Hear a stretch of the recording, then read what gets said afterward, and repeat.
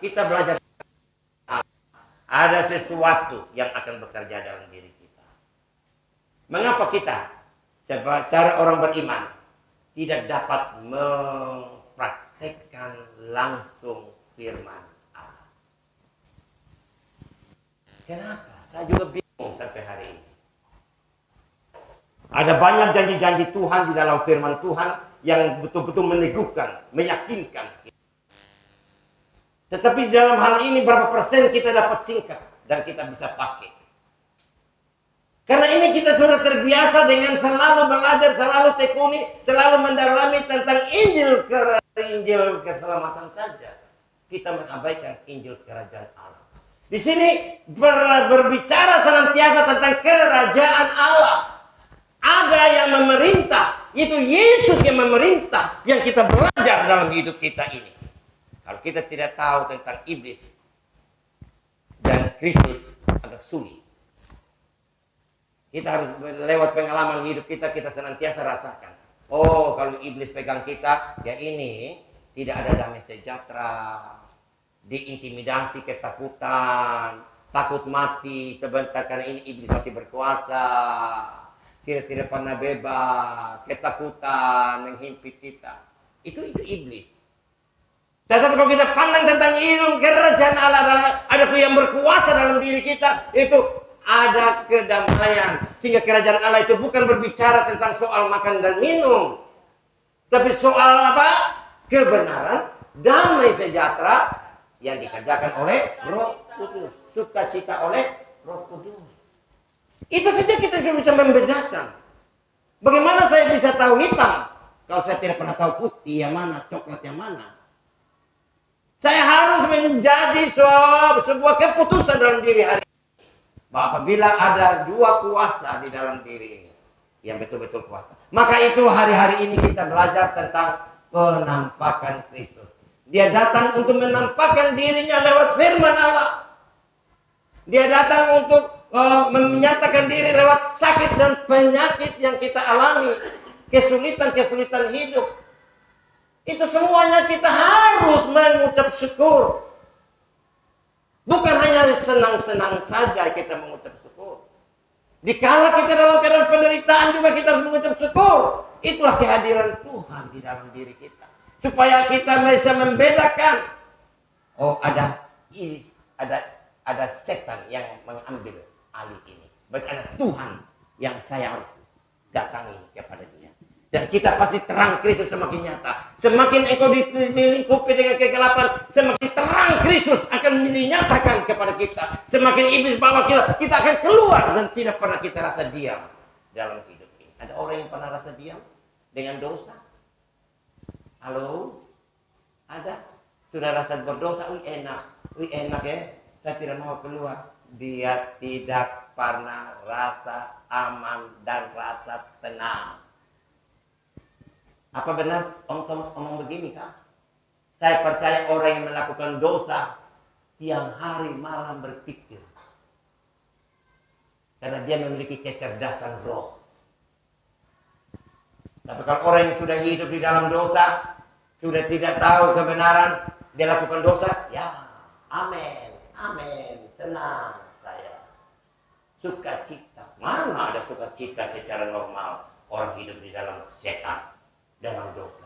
Coba saja. Tuhan izinkan kepada kita. Tapi apabila kita ada dalam kepastian, terang Kristus sedang bekerja dalam diri kita, di situ kita akan melihat sukacita. Oh, rasanya senang. Ada kepastian kalau saya mati hari ini, saya pasti diterima Tuhan. Itu hidup ini yang sesungguhnya. Maka itu ketika Tuhan Yesus berjumpa dengan kita, kita akan merasakan sesuatu perubahan yang terjadi. Setiap perjumpaan dengan Kristus lewat firman, seperti kumpul-kumpul seperti ini, ada sesuatu yang diubahkan karena ada hadirat Tuhan di tempat di mana firman ditaburkan. Di mana firman ditaburkan pasti ada hadirat Tuhan, ada kemuliaan Allah di situ. Bukan ada setan. Maka itu ketika kita berjumpa 2-3 orang berkumpul di dalam namaku, aku ada. Itu janji Tuhan. Di dalam firman Tuhan katakan di mana 2 atau 3 orang berkumpul dalam nama Tuhan, di situ aku ada. Ada hadirat Tuhan yang dapat mengubahkan engkau, yang dapat menyembuhkan engkau pada pagi hari ini. Tergantung pemahaman kita. Kalau kita memahami dengan jelas tentang kebenaran ini, kebenaran itu akan menjadi bagian dalam hidup kita. Kebenaran itu akan memerdekakan kita, akan memberikan kita kemenangan kepada kita. Dan kita kerja itu sangat jelas, sangat diberkati. Dibuka pintu bagi kita. Bapak mama yang diberkati Tuhan, setelah kebangkitan Yesus menampakkan diri ada sebanyak 10 kali sejak dia bangkit. Ada kepada orang-orang yang percaya, ada orang-orang yang tidak percaya, ada banyak hal. Kalau saya ungkapkan di sini, rencana Tuhan untuk meneguhkan setiap kita. Apalagi dan juga yang pertama adalah untuk menipis anggapan bahwa Yesus itu adalah manusia biasa dikatakan zaman itu. Tuhan Yesus mau menyatakan kehadirannya supaya inilah aku hidup, guna untuk menipis anggapan bahwa ia adalah manusia biasa. Bahkan sampai saat ini juga orang Yahudi tidak percaya kepada Yesus. Terbukti nyata. Banyak yang dipanggil tapi sedikit yang dipilih. Itu makna daripada penampakan Kristus yang kita kerjakan, yang kita imani pada hari ini. Menyatakan dirinya bahwa dengan penampakan Tuhan Yesus untuk menipis anggapan bahwa hanyalah manusia biasa itu Yesus, tapi sesungguhnya dia telah mengalahkan maut dan dia telah bangkit dan dia telah hidup dan ada masa depan untuk kehidupan orang percaya, untuk ke depan dan ke depan dan ke depan ke depan. Ada janji yang Tuhan siapkan bagi kehidupan kita. Dia telah mengalahkan kematian. Dia adalah Allah yang hidup. Dia bilang aku ini hidup. Aku ada di antara kamu sekarang ini. Haleluya, saya percaya. Ketika saya berdoa kepada Tuhan senantiasa, saya percaya dia ada di sini. Dia ada dalam hati saya. Mungkin itukah yang membuat saya getar kalau saya berdoa di kamar saya. Saya minta maaf, saya bakar lilin ya. Tidak diajarkan di mana kita mungkin tidak. Tapi saya bakar lilin. Saya doa orang sakit juga saya taruh lilin. Saya doakan. Saya anggap ini terang Kristus ini menyinari iman saya, menyinari kegelapan yang ada pada tubuh jiwa roh saya. Ini sinar kemuliaan Allah. Ada gertakan dalam doa. Di tengah-tengah kita, saya ada hadirkan suatu ibu. Ibu ada di tengah-tengah kita ini dengan anaknya yang besar itu. Dia sakit sudah 10 tahun. Benar Bu? Berapa tahun? 10 tahun. Ini dia punya suami bersaudara kandung dengan Karmani. Teman Karmani tahu persis situasinya. Sakit 10 tahun, tidak pernah berkunjung dengan keluarga, tidak pernah berkunjung dengan keluarga, tidak pernah ke gereja, tidak bisa bikin apa-apa. Tremor. Gemetar terus. Hari ini Mama Karmani lihat anak iparmu sudah disembuhkan Tuhan. Betul tidak? Amin. Percaya. Dia tremor ini tidak bisa tidur. Setiap kali saya pergi di rumahnya, karena itu masih ada masih kenalan saat itu dari orang tua. Dari 4 bulan lalu saya lihat, kenapa ibu kok tremor begini? Tidak bisa duduk, tidak bisa berdiri pun sedikit pun tidak bisa. Hanya duduk di tempat tidur, duduk tempat tidur. Saya bilang ini tidak bisa ini seperti ini. Rancangan Tuhan bukan seperti ini. Ternyata dia cerita banyak. Dia sakit keturunan tremor ini. Dia punya orang tua, punya orang tua.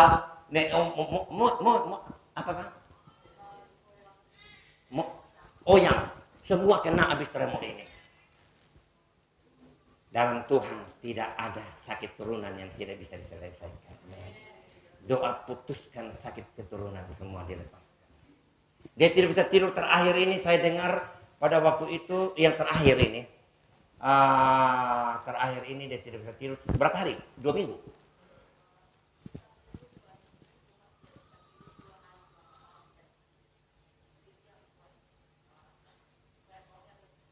lebih kuat lagi. Pingsan terus, kejang terus. Itu selama 2 minggu.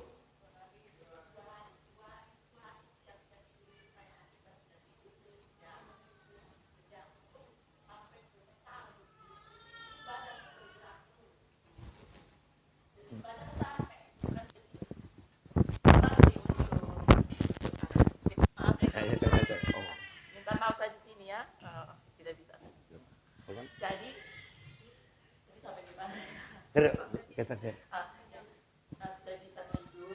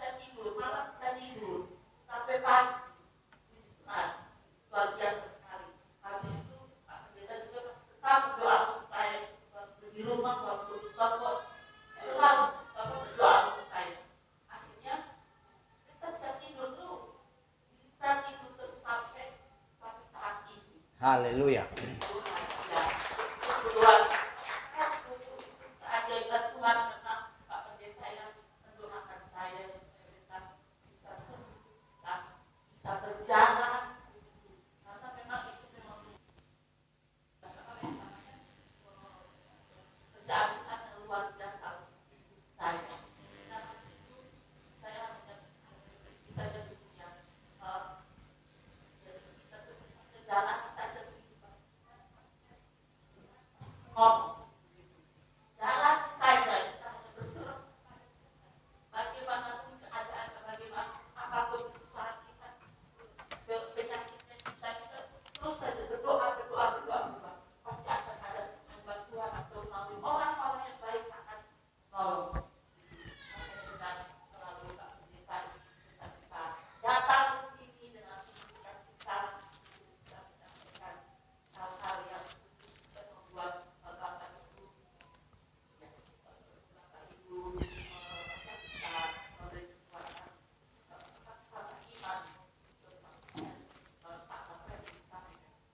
Jadi ini yang saya sampaikan dan saya semoga menjadi kekuatan iman dan tambahan iman selama ini. Kalian yang menjadi saya terima kasih. Amin. Beliau ini tidak pernah aktif di dalam keluarga lagi selama 10 tahun. Mama Karmani ini yang saksi tahu persis karena dia punya ipar kandung. Jangan teremok. Saya pergi doakan dengan dia, saya pegang punya bahu, tangan saya gemetar terus. Apa begini? Tiap hari saya begini. Ampun Tuhan. Apakah tiap hari engkau harus begini terus? Saya hanya tertunduk dan memohon kepada Tuhan. Kita semua sakit turunan apapun, itu turunan berat untuk diputuskan. Dalam nama Tuhan, roh-roh nenek moyang yang mengikat engkau, Tuhan lepaskan engkau. Siapapun dia, kalau dia orang percaya kepada Tuhan, seperti khotbah bulan kemarin, bagi orang percaya kepada Tuhan, tidak ada yang mustahil. Tidak ada yang mustahil. Semua kita dapat lakukan. Saya ingat Ibu Foni, dia katakan waktu anaknya sakit, anak-anak bilang begini, panggil Pak Thomas. Apa panggil Pak Thomas? Saya mama juga bisa. Ketika mamanya berdoa, apa yang terjadi? Anak-anaknya itu kesembuh. Bukan kesembuhan ilahi itu, bukan ada gereja-gereja tertentu atau hamba-hamba Tuhan tertentu. Tidak. Jangan diistimewakan itu pendeta-pendeta yang hebat-hebat. Kita semua adalah orang-orang yang dipakai Tuhan. Markus 16. Ini saya mau menikukan kepada kita semua. Markus 16, kita buka.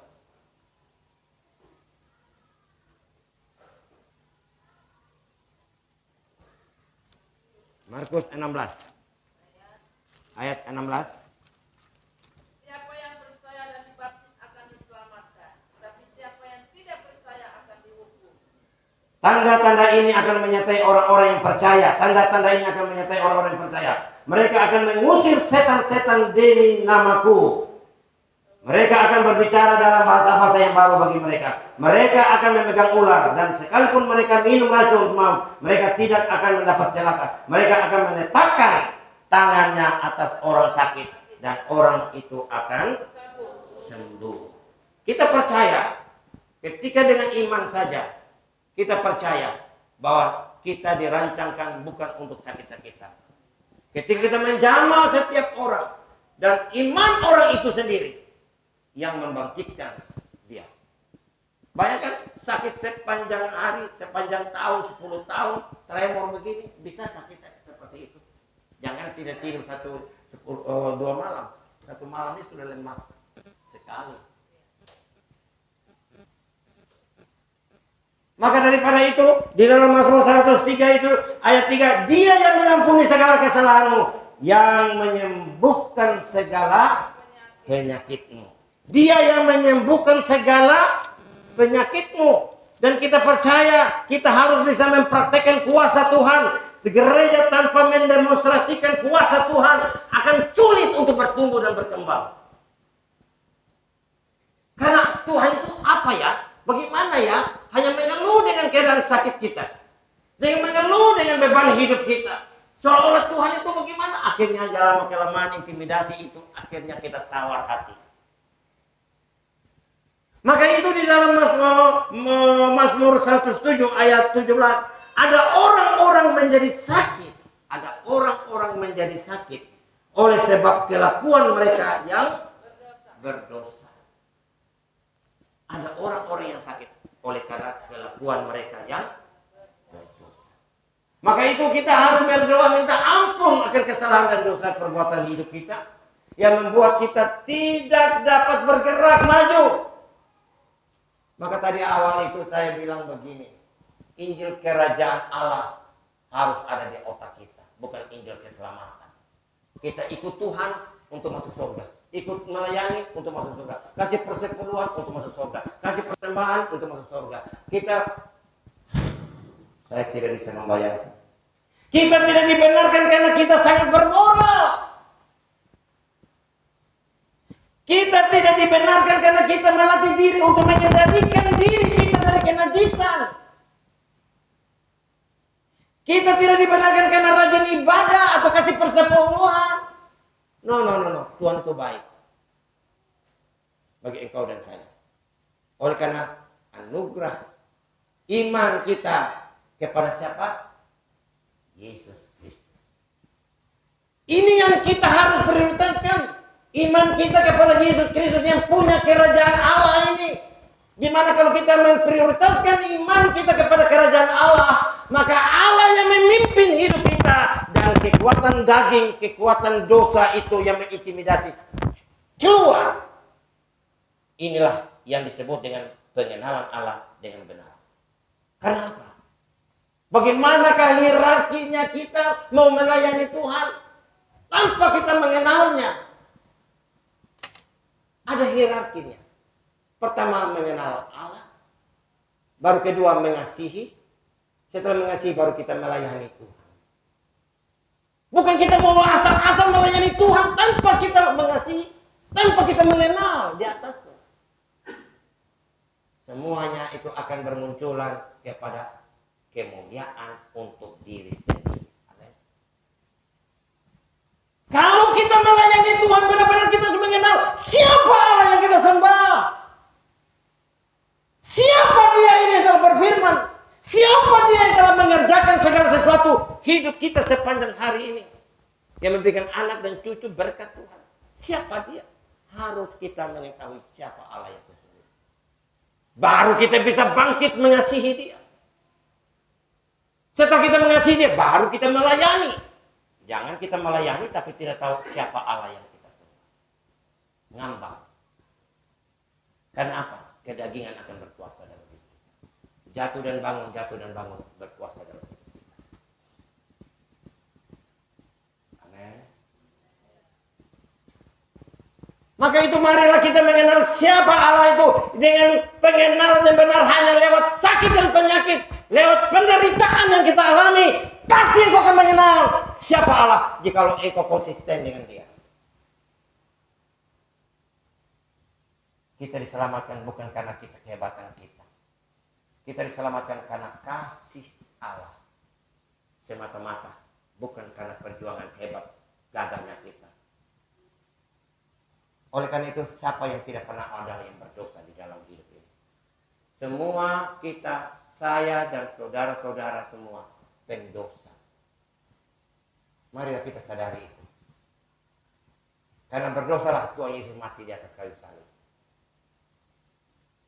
Jangan kita osok-osok ekstrim hebat kita sok-sok suci. Maka itu kita selalu datang ke hadirat Tuhan, minta tuntunan Dia supaya Dia akan memberkati kita dalam segala perkara. Segala hal-hal keuangan kita. Tuhan, kita ini siapa? Kita ini debu tanah. Sebentar kita baik, sebentar kita jahat, sebentar kita baik. Tidak bisa dipegang pikiran manusia. Karena kita ini debu tanah. Kalau ada persoalan-persoalan yang terjadi bagi hidup kita, anak-anak Tuhan, jangan kita merasa itu, wow, kenapa bisa begini? Kenapa bisa begini? No. Sudah biasa manusia itu. Kita debu tanah saja. Pernahkah kau pikirkan, hai manusia,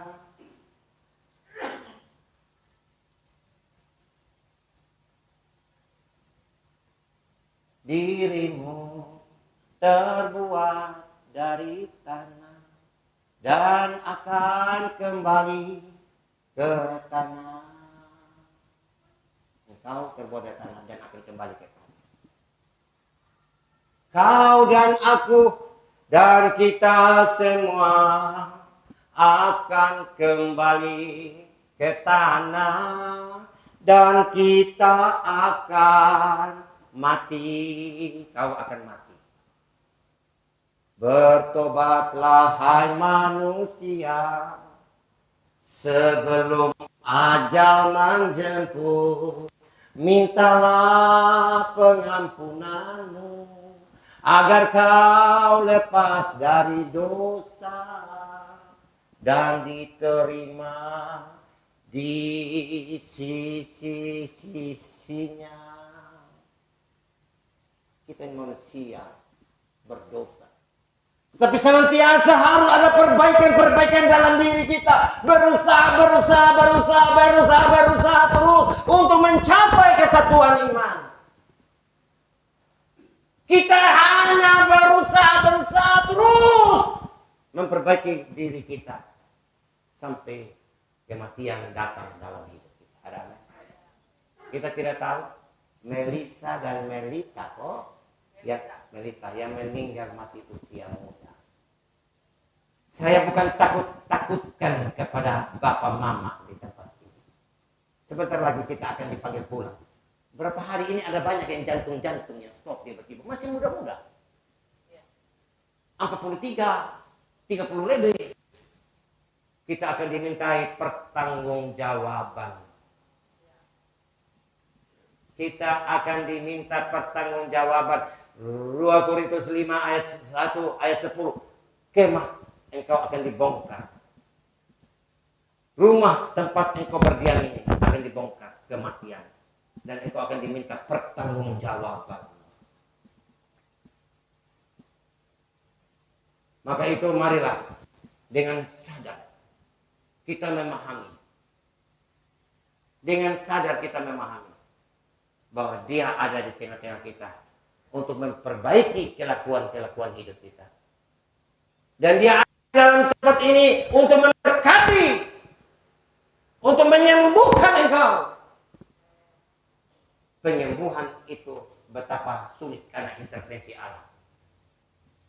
Apalagi berkat jasmani. Dia kecil sekali untuk menggerakkan orang untuk memberkati engkau. Amin. Yang penting di dalam kesatuan hati ada kemuliaan Allah di dalam hidup rumah tanggamu. Yang terpenting ada kemuliaan Allah di dalam hidupmu, dalam rumah tanggamu. Kemuliaan Allah jangan hilang. Jikalau engkau tidak ada kemuliaan Allah karena engkau melayani tanpa pengenalan yang benar, maka kemuliaan Allah untuk golongan-golongan tersendiri, golongan tertentu, untuk dirimu sendiri. Di dalamnya pasti ada perpecahan antara mama mantu, antara suami istri, antara anak dengan mama, antara anak dan orang dengan lingkungannya. Di dalam gereja juga begitu, harus ada kemuliaan Allah, ada kesatuan hati. Sehingga ada kemuliaan, pasti ada mujizat, ada hadirat Tuhan, ada mujizat. Gereja kalau tidak ada mujizat, mau bikin apa gereja gaya-gayaan? Buang-buang waktu. Marilah kita mempraktikkan kuasa supaya orang-orang berbondong-bondong, datang berbondong-bondong untuk mencari Tuhan di tempat ini. Itu esensi dalam pelayanan. Bukan kita gagah-gagahan. Marilah hari ini rumah tanggamu yang mungkin engkau yang rasakan tidak ada damai sejahtera dalam suami istri. Undang dia masuk. Orientasi kerajaan Allah, bukan orientasi kepada Injil keselamatan. Keselamatan itu Jangan engkau memprioritas, tapi Injil kerajaan Allah. Dia datang menunjukkan diri karena kerajaan Allah. Karena ada raja yang memimpin, raja yang memerintah. Dengan sendirinya engkau tidak akan mendapatkan kekuatan janji.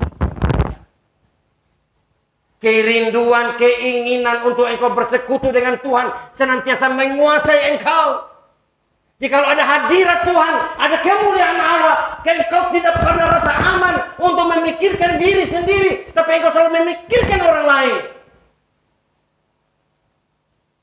Menolong diri sendiri tidak menolong. Menolong diri sendiri tidak menolong. Tapi berkorban untuk orang lain, itulah yang menolong engkau.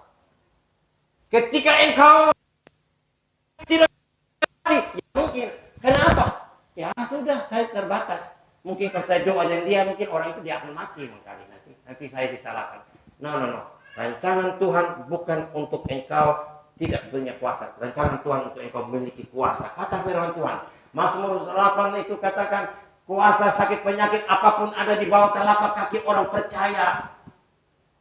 Saya orang percaya kepada Tuhan, ada di telapak kaki saya pasti akan menginjak-injak. Pengenalan yang benar, siapa Allah yang kita sembah. Kemuliaan Allah ada di tempat ini. Saat ini ada di tempat ini.